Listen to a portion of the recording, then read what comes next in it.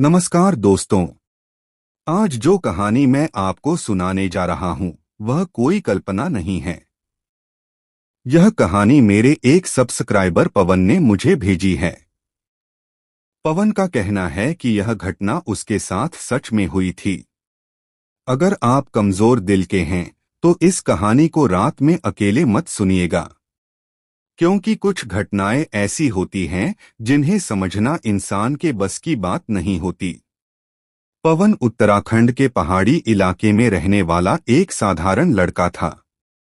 उसका गांव घने जंगलों और ऊंचे ऊंचे पहाड़ों के बीच बसा हुआ था। वहां की हवा बहुत साफ थी, लेकिन उस इलाके के बारे में एक बात बहुत अजीब थी। गांव के बुजुर्ग हमेशा कहते थे कि सूरज ढलने के बाद जंगल की तरफ मत जाना, क्योंकि कई सालों से वहां अजीब अजीब घटनाएं होती रहती थीं। पवन इन सब बातों को सिर्फ अंधविश्वास समझता था। उसे लगता था कि लोग बस डराने के लिए ऐसी कहानियां बनाते हैं। एक दिन शाम के समय पवन अपने दोस्त रवि के साथ जंगल की तरफ लकड़ियां लेने गया। आसमान में सूरज धीरे धीरे पहाड़ों के पीछे छिप रहा था और जंगल में हल्का अंधेरा फैलने लगा था। रवि ने कहा, पवन, जल्दी चलते हैं। दादाजी कहते हैं इस वक्त जंगल में रुकना ठीक नहीं। पवन हंसते हुए बोला, तू भी ना, हर बात में भूत प्रेत ढूंढता रहता है। दोनों जंगल के अंदर थोड़ी दूर तक चले गए। अचानक पवन को ऐसा लगा जैसे कोई उन्हें दूर से देख रहा हो। उसने पीछे मुड़कर देखा, लेकिन वहां कोई नहीं था। कुछ देर बाद फिर वही एहसास हुआ। इस बार पवन ने ध्यान से चारों तरफ देखा। पेड़ों के बीच गहरा अंधेरा था और हवा में अजीब सी ठंडक थी। तभी दूर एक पेड़ के पीछे सफेद कपड़ों में खड़ी एक औरत दिखाई दी। उसका चेहरा साफ दिखाई नहीं दे रहा था, लेकिन वह बिल्कुल स्थिर खड़ी थी, जैसे उन्हें ही देख रही हो। पवन ने रवि से कहा, वो देख, वहां कोई खड़ा है। रवि ने उस दिशा में देखा और अचानक उसका चेहरा पीला पड़ गया। पवन, चल यहां से अभी। लेकिन पवन की जिज्ञासा बढ़ चुकी थी।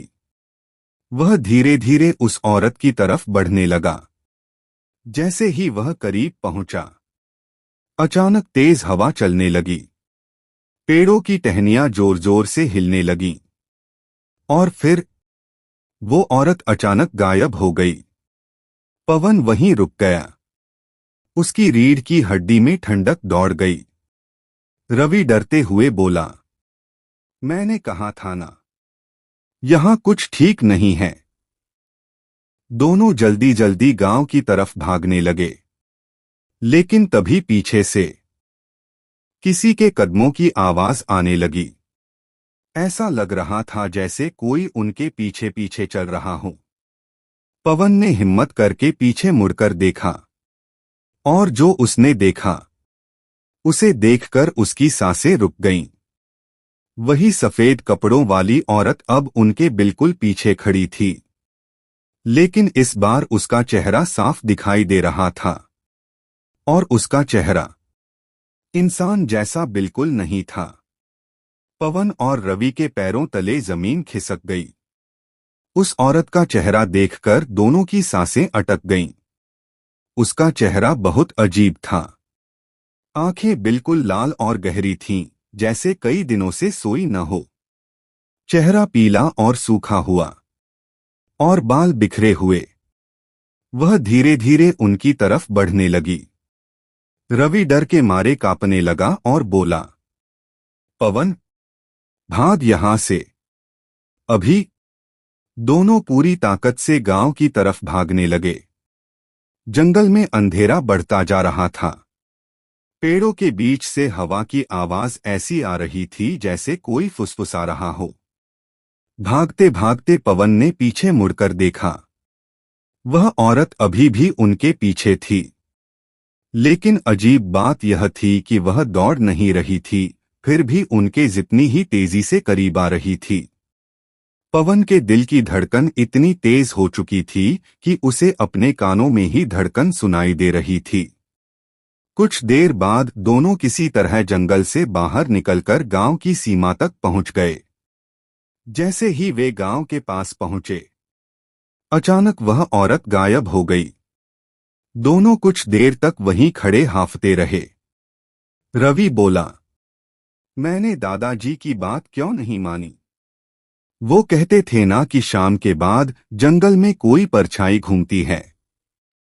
पवन अभी भी डर से कांप रहा था, लेकिन उसने खुद को संभालते हुए कहा, शायद कोई औरत होगी या हमें भ्रम हुआ होगा। लेकिन अंदर ही अंदर पवन को भी महसूस हो रहा था कि जो उन्होंने देखा था वह कोई साधारण इंसान नहीं था।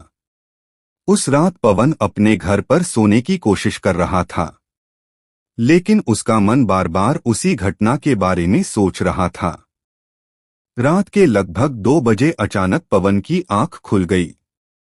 उसे ऐसा लगा जैसे कोई उसके घर के बाहर चल रहा हो। पहले तो उसने सोचा कि शायद कोई जानवर होगा, लेकिन फिर उसे कदमों की साफ आवाज सुनाई देने लगी। धीरे धीरे, टक टक टक। पवन उठकर खिड़की के पास गया। उसने धीरे से पर्दा हटाया और बाहर देखा। जो उसने देखा, उसे देखकर उसका पूरा शरीर सुन्न हो गया। उसके घर के बाहर वही सफेद कपड़ों वाली औरत खड़ी थी। वह सीधे पवन की खिड़की की तरफ देख रही थी। उसकी आंखें अंधेरे में भी चमक रही थीं। पवन डर के मारे पीछे हट गया। उसका दिल जोर जोर से धड़क रहा था। कुछ सेकंड बाद उसने फिर हिम्मत करके खिड़की से बाहर देखा, लेकिन इस बार वहां कोई नहीं था। पवन ने सोचा शायद यह उसका वहम होगा, लेकिन तभी घर के दरवाजे पर अचानक 3 जोरदार दस्तक हुई। धड़ धड़ धड़। अब पवन पूरी तरह डर चुका था, क्योंकि उसके घर में उस समय वह बिल्कुल अकेला था और गांव में इतनी रात को कोई किसी के दरवाजे पर नहीं आता। दस्तक फिर हुई, इस बार पहले से भी ज्यादा जोर से। धड़ धड़ धड़। पवन धीरे धीरे दरवाजे की तरफ बढ़ा। उसका हाथ कांप रहा था। जैसे ही उसने दरवाजे के पास पहुंचकर बाहर झांकने की कोशिश की, उसे दरवाजे के नीचे से लंबे लंबे बाल अंदर आते हुए दिखाई दिए। पवन का खून जैसे जम गया। उसे समझ आ गया था कि दरवाजे के बाहर कोई इंसान नहीं खड़ा था। पवन का पूरा शरीर डर से कांप रहा था। दरवाजे के बाहर से फिर वही दस्तक आई। धड़ धड़ धड़। ऐसा लग रहा था जैसे कोई बहुत गुस्से में दरवाजा पीट रहा हो। पवन धीरे धीरे पीछे हट गया। उसके दिमाग में हजारों सवाल चल रहे थे। इतनी रात को उसके घर के बाहर कौन हो सकता है? तभी बाहर से एक अजीब सी धीमी आवाज सुनाई दी, दरवाजा खोलो। यह आवाज किसी औरत की थी, लेकिन बहुत भारी और डरावनी। पवन का दिल जैसे रुक गया, क्योंकि उसे तुरंत याद आ गया, यह वही आवाज थी जो उसने जंगल में सुनी थी। अब पवन को पूरी तरह यकीन हो गया था कि दरवाजे के बाहर वही सफेद कपड़ों वाली औरत खड़ी है। बाहर से फिर आवाज आई, दरवाजा खोलो। पवन। अब पवन के पैरों तले जमीन खिसक गई। उसे सबसे ज्यादा डर इस बात का लगा कि उस औरत को उसका नाम कैसे पता था। पवन ने हिम्मत करके कोई जवाब नहीं दिया। कुछ सेकंड तक बिल्कुल सन्नाटा छाया रहा। फिर अचानक दरवाजा अपने आप धीरे धीरे हिलने लगा, जैसे कोई बाहर से उसे खोलने की कोशिश कर रहा हो। पवन जल्दी से पीछे हट गया और कमरे के कोने में खड़ा हो गया। उसकी सांसें तेज हो चुकी थीं। कुछ पल बाद दरवाजे पर दस्तक बंद हो गई। पूरा घर एकदम शांत हो गया। पवन ने सोचा शायद वह चीज चली गई होगी। करीब 5 मिनट तक वह वहीं खड़ा रहा। फिर धीरे धीरे उसने हिम्मत करके दरवाजे के पास जाकर नीचे से बाहर देखने की कोशिश की। लेकिन इस बार वहां कोई नहीं था। पवन ने राहत की सांस ली। उसे लगा शायद अब सब खत्म हो गया। लेकिन तभी घर की छत से अचानक किसी के चलने की आवाज आने लगी। टक टक टक, जैसे कोई छत पर धीरे धीरे चल रहा हो। अब पवन का डर पहले से भी ज्यादा बढ़ गया, क्योंकि उसके घर की छत पर जाने का रास्ता बाहर से था और इतनी रात को वहां कोई नहीं आ सकता था। आवाज धीरे धीरे उसके कमरे के ठीक ऊपर आकर रुक गई। कुछ सेकंड तक सन्नाटा रहा। फिर अचानक छत पर से किसी के जोर से कूदने की आवाज आई। धम्म। पवन डर के मारे जमीन पर बैठ गया और उसी समय उसके कमरे की खिड़की अपने आप धीरे धीरे खुलने लगी। चर्रर। खिड़की पूरी तरह खुल गई। ठंडी हवा अंदर आने लगी और फिर खिड़की के बाहर से लंबे काले बाल धीरे धीरे अंदर आने लगे। पवन ने डरते हुए ऊपर देखा। खिड़की के बाहर वही सफेद कपड़ों वाली औरत उल्टी लटकी हुई थी। उसका चेहरा खिड़की के अंदर था। उसकी लाल आंखें सीधे पवन को घूर रही थीं और उसके होठों पर एक बहुत डरावनी मुस्कान थी। वह धीरे धीरे बोली, मैंने तुम्हें जंगल में देखा था। अब तुम मुझसे बच नहीं सकते। पवन की चीख निकल गई और उसी पल अचानक पूरे गांव की बिजली चली गई। अब पूरा घर गहरे अंधेरे में डूब चुका था। पूरा घर अंधेरे में डूब चुका था। पवन का दिल इतनी तेजी से धड़क रहा था कि उसे लग रहा था कि उसकी धड़कन की आवाज बाहर तक सुनाई दे रही होगी। खिड़की के बाहर वह औरत अभी भी उल्टी लटकी हुई थी। उसके लंबे काले बाल हवा में धीरे धीरे हिल रहे थे। पवन डर के मारे जमीन पर बैठा हुआ था। वह हिल भी नहीं पा रहा था। कुछ सेकंड तक दोनों की नजरें एक दूसरे पर टिकी रहीं। फिर अचानक वह औरत धीरे धीरे खिड़की के अंदर आने लगी। उसका सिर पहले अंदर आया, फिर उसके लंबे बाल और फिर उसका पूरा शरीर। लेकिन सबसे डरावनी बात यह थी कि वह जमीन पर खड़ी नहीं हुई। वह हवा में ही तैर रही थी। पवन अब पूरी तरह डर चुका था। उसने जोर से भगवान का नाम लेना शुरू कर दिया। हे भगवान, मुझे बचा लो। जैसे ही पवन ने भगवान का नाम लिया, वह औरत अचानक रुक गई। उसकी आंखों में गुस्सा दिखाई देने लगा। वह बहुत धीमी लेकिन डरावनी आवाज में बोली, तुम्हारे गांव ने मुझे मारा था। पवन यह सुनकर चौंक गया। उसने डरते हुए पूछा, तुम कौन हो? कुछ सेकंड तक वह औरत चुप रही। फिर उसने धीरे धीरे बोलना शुरू किया। करीब 30 साल पहले उसी गांव में एक औरत रहती थी। उसका नाम लक्ष्मी था। लक्ष्मी बहुत गरीब थी और गांव के लोग उसे पसंद नहीं करते थे। एक दिन गांव में अचानक कुछ अजीब घटनाएं होने लगीं। लोगों के जानवर मरने लगे और बच्चों को बीमारियां होने लगीं। गांव वालों ने बिना किसी सबूत के लक्ष्मी को डायन समझ लिया। एक रात पूरे गांव के लोगों ने मिलकर उसे जंगल में ले जाकर बहुत बुरी तरह मारा और उसी जंगल के पेड़ के पास उसे जिंदा जला दिया। मरने से पहले लक्ष्मी ने एक श्राप दिया था, जिस गांव ने मुझे मारा है, उस गांव को मैं कभी चैन से नहीं रहने दूंगी। यह कहते कहते वह औरत जोर से हंसने लगी। उसकी हंसी पूरे कमरे में गूंजने लगी।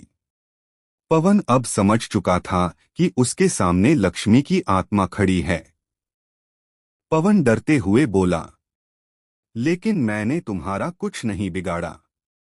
लक्ष्मी की आत्मा ने गुस्से से कहा, तुम भी उसी गांव के हो। अचानक कमरे की चीजें अपने आप हिलने लगीं। कुर्सी गिर गई। खिड़की जोर जोर से बंद होने लगी। पवन को लगा अब वह नहीं बचेगा। लेकिन तभी अचानक बाहर से मंदिर की घंटी की आवाज आने लगी। टन टन टन। यह आवाज गांव के पुराने मंदिर से आ रही थी। जैसे ही घंटी की आवाज आई, लक्ष्मी की आत्मा अचानक पीछे हटने लगी। उसका चेहरा गुस्से से भर गया। वह जोर से चीखी, यह खत्म नहीं हुआ है। मैं फिर आऊंगी। और अगले ही पल वह अचानक गायब हो गई। कमरा फिर से बिल्कुल शांत हो गया।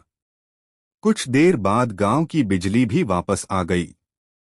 पवन पूरी रात सो नहीं पाया। सुबह होते ही वह सीधे गांव के सबसे बुजुर्ग आदमी हरिदास बाबा के पास गया। जब पवन ने उन्हें पूरी घटना बताई, तो बाबा का चेहरा गंभीर हो गया। उन्होंने धीरे से कहा, जिस आत्मा को तुमने देखा है, वह अभी भी उस जंगल में भटक रही है। फिर बाबा ने एक ऐसी बात बताई जिसे सुनकर पवन के पैरों तले जमीन खिसक गई। बाबा बोले, वह आत्मा अब सिर्फ बदला नहीं चाहती, वह किसी जीवित इंसान के शरीर में आने की कोशिश कर रही है। और शायद उसने पवन को ही चुन लिया था। हरिदास बाबा की बात सुनकर पवन का चेहरा सफेद पड़ गया। उसने घबराकर पूछा, बाबा, अब मैं क्या करूं? बाबा कुछ देर तक चुप रहे, जैसे किसी गहरी सोच में हों। फिर उन्होंने धीरे से कहा, अगर वह आत्मा सच में तुम्हारे पीछे पड़ गई है, तो यह बहुत खतरनाक बात है। पवन की सांसें तेज हो गईं। बाबा आगे बोले, लेकिन अभी भी एक रास्ता है। पवन ने उम्मीद भरी नजरों से उनकी तरफ देखा। बाबा बोले, आज रात हमें उसी जंगल में जाना होगा जहां लक्ष्मी को जलाया गया था। यह सुनते ही पवन का दिल बैठ गया। वह बोला, बाबा, मैं वहां फिर नहीं जाना चाहता। लेकिन बाबा ने गंभीर आवाज में कहा, अगर तुम नहीं गए, तो वह आत्मा तुम्हें कभी नहीं छोड़ेगी। पवन के पास अब कोई और रास्ता नहीं था। उस रात लगभग 11 बजे पवन और हरिदास बाबा जंगल की तरफ निकल पड़े। आसमान में चांद आधा था और चारों तरफ गहरा सन्नाटा फैला हुआ था। जंगल के अंदर जाते ही हवा अचानक ठंडी हो गई। पेड़ों की टहनियां अजीब तरह से हिलने लगीं। बाबा अपने हाथ में एक छोटा सा ताबीज और मंत्रों की माला लिए हुए थे। कुछ देर चलने के बाद वे उसी जगह पहुंचे जहां कई साल पहले लक्ष्मी को जिंदा जलाया गया था। वहां आज भी जमीन पर जले हुए पेड़ का काला निशान दिखाई दे रहा था। बाबा ने जमीन पर बैठकर मंत्र पढ़ना शुरू किया। उनकी आवाज धीरे धीरे तेज होती जा रही थी। अचानक जंगल की हवा बहुत तेज चलने लगी। पत्ते जोर जोर से उड़ने लगे। पवन का दिल घबराने लगा। और तभी जंगल के अंदर से किसी के रोने की आवाज आने लगी। वह आवाज बहुत दर्द भरी थी। ऐसा लग रहा था जैसे कोई औरत बहुत दुख में रो रही हो। पवन डरते हुए बोला, बाबा, यह आवाज। बाबा ने धीरे से कहा, वह आ गई है। अचानक सामने के पेड़ों के बीच से सफेद धुंध उठने लगी और उस धुंध के बीच धीरे धीरे एक औरत की परछाई बनने लगी। कुछ ही सेकंड में वही लक्ष्मी की आत्मा उनके सामने खड़ी थी। इस बार उसका चेहरा पहले से भी ज्यादा डरावना था। उसकी आंखों में गुस्सा और दर्द दोनों दिखाई दे रहे थे। वह जोर से चीखी, क्यों आए हो यहां? जंगल में उसकी आवाज गूंजने लगी।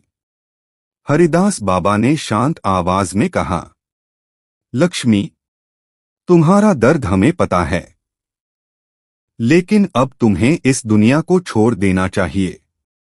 लक्ष्मी की आत्मा जोर से हंसने लगी। उसकी हंसी सुनकर पवन के रोंगटे खड़े हो गए। वह गुस्से में बोली, जिस गांव ने मुझे जलाया, मैं उसे कभी माफ नहीं करूंगी। अचानक उसने अपनी नजर पवन पर टिकाई और फिर बहुत धीरे से बोली, आज मैं इसी के शरीर में आऊंगी। यह कहते ही वह तेज हवा की तरह पवन की तरफ बढ़ने लगी। पवन डर के मारे पीछे हट गया, लेकिन अचानक उसका शरीर अपने आप जम गया। वह हिल भी नहीं पा रहा था। लक्ष्मी की आत्मा अब पवन के बिल्कुल सामने थी और वह धीरे धीरे उसके शरीर के अंदर जाने लगी। जैसे ही लक्ष्मी की आत्मा पवन के करीब आई, पवन का पूरा शरीर अचानक पत्थर की तरह जम गया। वह हिल भी नहीं पा रहा था। उसकी आंखें खुली थीं, लेकिन शरीर पर उसका कोई कंट्रोल नहीं था। लक्ष्मी की आत्मा धीरे धीरे उसके और करीब आने लगी। उसकी आंखों में एक अजीब सी चमक थी। वह बहुत धीमी आवाज में बोली, आज से यह शरीर मेरा होगा। यह सुनते ही पवन के अंदर जैसे तूफान मच गया। उसे ऐसा लग रहा था जैसे कोई उसके दिमाग के अंदर घुसने की कोशिश कर रहा हो। तभी हरिदास बाबा जोर से मंत्र पढ़ने लगे। उनकी आवाज पहले से बहुत तेज हो गई। उन्होंने तुरंत अपने हाथ में पकड़ा हुआ ताबीज पवन की तरफ फेंका। ताबीज पवन के सीने से टकराया और उसी पल पवन के शरीर से एक जोरदार चीख निकल गई। लेकिन वह आवाज पवन की नहीं थी। वह आवाज लक्ष्मी की आत्मा की थी। जंगल में अचानक तेज हवा चलने लगी। पेड़ों की टहनियां जोर जोर से हिलने लगीं। लक्ष्मी की आत्मा गुस्से में चीखी, तुम मुझे नहीं रोक सकते। लेकिन बाबा लगातार मंत्र पढ़ते रहे। उन्होंने जमीन पर एक रक्षा चक्र बनाया और पवन को उसके अंदर खड़ा कर दिया। अब लक्ष्मी उस चक्र के अंदर नहीं आ पा रही थी। वह बार बार कोशिश करती, लेकिन हर बार जैसे कोई अदृश्य दीवार उसे रोक देती। उसका गुस्सा अब और बढ़ चुका था। वह जोर से चिल्लाई, तुम लोग मुझे इस जंगल में कैद नहीं रख सकते। तभी अचानक उसने जमीन पर जोर से हाथ मारा और उसी पल जंगल के चारों तरफ से अजीब अजीब आवाजें आने लगीं। ऐसा लग रहा था जैसे बहुत सारी परछाइयां एक साथ जाग गई हों। पवन ने डरते हुए चारों तरफ देखा। पेड़ों के पीछे, झाड़ियों के अंदर उसे कई काली परछाइयां दिखाई देने लगीं। पवन कांपते हुए बोला, बाबा, ये क्या है? हरिदास बाबा का चेहरा गंभीर हो गया। उन्होंने धीरे से कहा, यह सिर्फ लक्ष्मी की आत्मा नहीं है। इस जंगल में और भी आत्माएं हैं। अब हवा और तेज हो चुकी थी। चारों तरफ, जिस गांव ने मुझे जलाया, मैं उसे कभी माफ नहीं करूंगी। अचानक उसने अपनी नजर पवन पर टिकाई और फिर बहुत धीरे से बोली, आज मैं इसी के शरीर में आऊंगी। यह कहते ही वह तेज हवा की तरह पवन की तरफ बढ़ने लगी। पवन डर के मारे पीछे हट गया, लेकिन अचानक उसका शरीर अपने आप जम गया। वह हिल भी नहीं पा रहा था। लक्ष्मी की आत्मा अब पवन के बिल्कुल सामने थी और वह धीरे धीरे उसके शरीर के अंदर जाने लगी। जैसे ही लक्ष्मी की आत्मा पवन के करीब आई, पवन का पूरा शरीर अचानक पत्थर की तरह जम गया। वह हिल भी नहीं पा रहा था। उसकी आंखें खुली थीं, लेकिन शरीर पर उसका कोई कंट्रोल नहीं था। लक्ष्मी की आत्मा धीरे धीरे उसके और करीब आने लगी। उसकी आंखों में एक अजीब सी चमक थी। वह बहुत धीमी आवाज में बोली, आज से यह शरीर मेरा होगा। यह सुनते ही पवन के अंदर जैसे तूफान मच गया। उसे ऐसा लग रहा था जैसे कोई उसके दिमाग के अंदर घुसने की कोशिश कर रहा हो। तभी हरिदास बाबा जोर से मंत्र पढ़ने लगे। उनकी आवाज पहले से बहुत तेज हो गई। उन्होंने तुरंत अपने हाथ में पकड़ा हुआ ताबीज पवन की तरफ फेंका। ताबीज पवन के सीने से टकराया और उसी पल पवन के शरीर से एक जोरदार चीख निकल गई। लेकिन वह आवाज पवन की नहीं थी। वह आवाज लक्ष्मी की आत्मा की थी। जंगल में अचानक तेज हवा चलने लगी। पेड़ों की टहनियां जोर जोर से हिलने लगीं। लक्ष्मी की आत्मा गुस्से में चीखी, तुम मुझे नहीं रोक सकते। लेकिन बाबा लगातार मंत्र पढ़ते रहे। उन्होंने जमीन पर एक रक्षा चक्र बनाया और पवन को उसके अंदर खड़ा कर दिया। अब लक्ष्मी उस चक्र के अंदर नहीं आ पा रही थी। वह बार बार कोशिश करती, लेकिन हर बार जैसे कोई अदृश्य दीवार उसे रोक देती। उसका गुस्सा अब और बढ़ चुका था। वह जोर से चिल्लाई, तुम लोग मुझे इस जंगल में कैद नहीं रख सकते।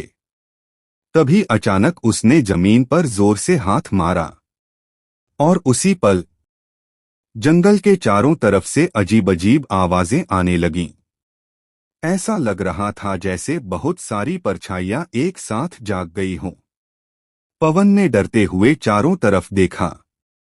पेड़ों के पीछे, झाड़ियों के अंदर उसे कई काली परछाइयां दिखाई देने लगीं। पवन कांपते हुए बोला, बाबा, ये क्या है? हरिदास बाबा का चेहरा गंभीर हो गया। उन्होंने धीरे से कहा, यह सिर्फ लक्ष्मी की आत्मा नहीं है। इस जंगल में और भी आत्माएं हैं। अब हवा और तेज हो चुकी थी। चारों तरफ अजीब सी फुसफुसाहट सुनाई देने लगी। लक्ष्मी की आत्मा अब जोर जोर से हंस रही थी। वह बोली, आज यह जंगल किसी को वापस नहीं जाने देगा। पवन को अब सच में लगने लगा था कि शायद आज वह जिंदा घर नहीं लौट पाएगा। लेकिन तभी हरिदास बाबा ने अपनी माला जमीन पर रखी और एक बहुत शक्तिशाली मंत्र पढ़ना शुरू किया। जैसे जैसे मंत्र की आवाज तेज होती गई, जंगल की हवा धीरे धीरे शांत होने लगी। काली परछाइयां पीछे हटने लगीं और लक्ष्मी की आत्मा दर्द से चीखने लगी। लेकिन अचानक कुछ ऐसा हुआ जिसकी किसी ने कल्पना भी नहीं की थी। लक्ष्मी की आत्मा अचानक बहुत तेजी से हवा में गायब हो गई। पूरा जंगल एकदम शांत हो गया। पवन ने राहत की सांस ली, लेकिन हरिदास बाबा का चेहरा अभी भी गंभीर था। पवन ने घबराकर पूछा, बाबा, क्या वह चली गई? बाबा ने धीरे से कहा, नहीं, वह अभी भी यहीं है। फिर उन्होंने पवन की आंखों में देखा और कहा, और अब वह पहले से ज्यादा खतरनाक हो चुकी है। जंगल में चारों तरफ गहरा सन्नाटा छा गया था। हवा भी अब बिल्कुल शांत थी। पवन धीरे धीरे हरिदास बाबा के पास आया और घबराकर बोला, बाबा, अब हमें यहां से चलना चाहिए। लेकिन बाबा ने सिर हिलाते हुए कहा, अभी नहीं।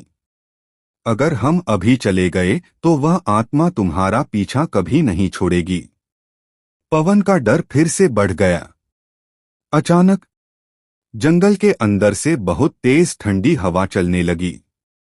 पेड़ों की टहनियां जोर जोर से हिलने लगीं और फिर दूर अंधेरे में एक सफेद रोशनी दिखाई देने लगी। वह रोशनी धीरे धीरे उनकी तरफ आने लगी। पवन का दिल जोर से धड़कने लगा।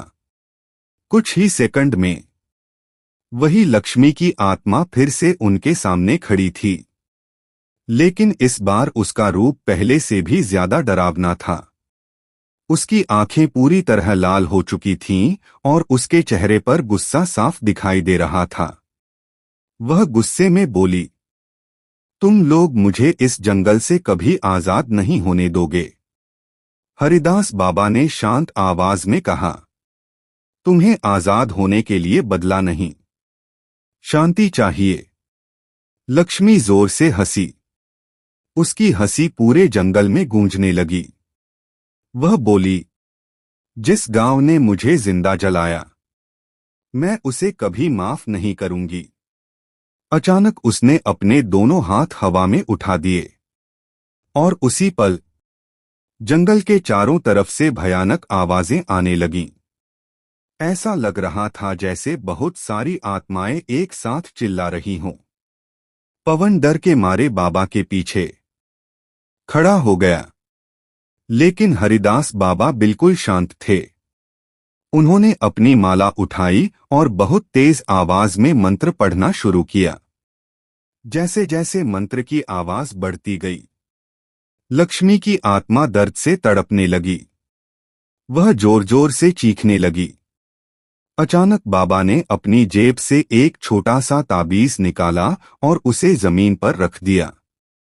ताबीज जमीन को छूते ही उसमें से हल्की सी सुनहरी रोशनी निकलने लगी।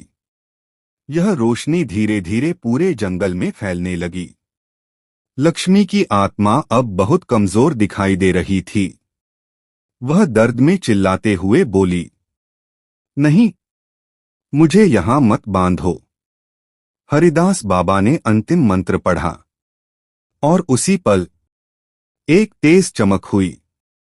लक्ष्मी की आत्मा जोर से चीखी और फिर अचानक धुएं की तरह हवा में गायब हो गई। जंगल फिर से बिल्कुल शांत हो गया। ठंडी हवा धीरे धीरे रुक गई। पवन ने घबराकर पूछा, बाबा, क्या अब सब खत्म हो गया? हरिदास बाबा ने गहरी सांस ली और कहा, हाँ, अब वह आत्मा इस जंगल से कभी बाहर नहीं जा पाएगी। पवन ने राहत की सांस ली। कुछ देर बाद दोनों गांव की तरफ वापस चल पड़े। लेकिन दोस्तों, इस कहानी का सबसे डरावना हिस्सा अभी बाकी है, क्योंकि कई साल बाद पवन जब फिर से उस जंगल के पास गया तो उसे वही सफेद कपड़ों वाली औरत दूर पेड़ों के बीच खड़ी दिखाई दी। और इस बार वह सीधे पवन को देखकर मुस्कुरा रही थी, जैसे वह अभी भी आजाद होने का इंतजार कर रही हो।